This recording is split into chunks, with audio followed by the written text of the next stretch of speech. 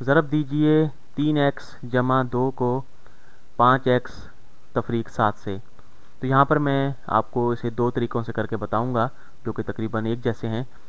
तो एक तरीका तो बहुत तेज़ है और दूसरा एक इसका मंतकी तरीका है कि किस तरह होता है, ताकि आपको समझ में आए। तो इसका जो तरीका है वो है तेज़ तरीन फ़ॉइल, FOIL।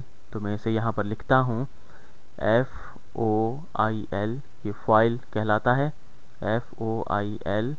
यहाँ पर F का मतलब होता है फर्स्ट, तो यहाँ पर मैं इसे लिखता हूँ F का मतलब है फर्स्ट यानी पहला, बल्कि मैं इसे इस तरह लिखता हूँ FOIL फ़ॉइल। तो F जो है इसका मतलब होता है फर्स्ट यानी पहला, O का मतलब है आउटसाइड यानी बाहर वाले, और I का मतलब है इनसाइड यानी अंदरूनी, और L का मतलब है लास्ट यानी आखिरी। तो इसका मतलब यह है कि सबसे पहले हम जो इसके पहली इस्तिलाहात हैं दोनों रकमों में, उन्हें हम जो है ज़रब देंगे।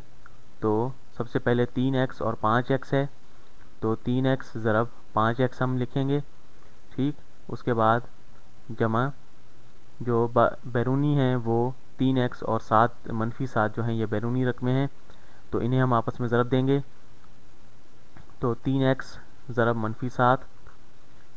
उसके बाद जो है इनसाइड या अंदरूनी रकमें जो हैं इस्तिलाहात, ये 2 और 5x है, तो हम प्लस जमा कर देंगे, 2 को ज़रब देंगे 5x से। तो उसके बाद जो है आखिरी जो हैं वो 2 और मनफी 7 हैं, तो 2 ज़रब मनफी 7 इसे हम इसमें जमा कर देंगे। तो यहाँ पर देखें कि हमने इन्हें ज़रब किया है, और अब जो है हम इन्हें मुख्तसर करेंगे। यहाँ पर हमने जो है इसकी तकसीमी खुसूसियत का इस्तेमाल करते हुए ही इसे ज़रब दिया है, और यहाँ पर जो है ये देखेंगे 3x को हमने 5x से और फिर मनफी 7 से ज़रब दी है, और फिर हमने 2 को जो है वो 5x और मनफी 7 से ज़रब दी है। इसे आप इस तरह देख सकते हैं।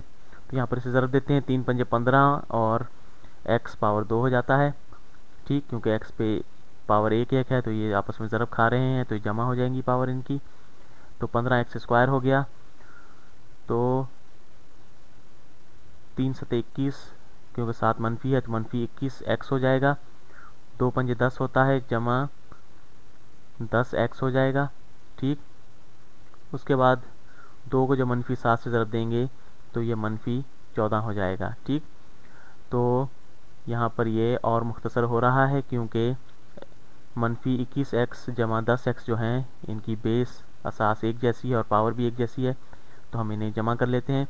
तो मनफी 21x जमा 10x, इसका मतलब ये है कि मनफी 21 में हम 10x जमा कर दें या 10 में से तफरीक कर दें 21, तो ये हमारे पास मनफी 11x हो जाता है।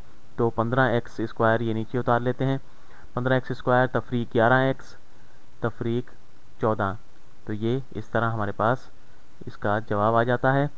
तो यहाँ पर दूसरा तरीका जो इसका मंतकी तरीका है वो मैं बताता हूँ कि अगर आप इस फाइल को अगर भूल जाएं और आपको जो है इसका मंतकी तरीका आना चाहिए कि हम इसकी तकसीमी खुसूसियत का इस्तेमाल करते हुए इसे किस तरह हल करेंगे। तो यहाँ पर मैं इसे दोबारा तरतीब दे लेता हूँ।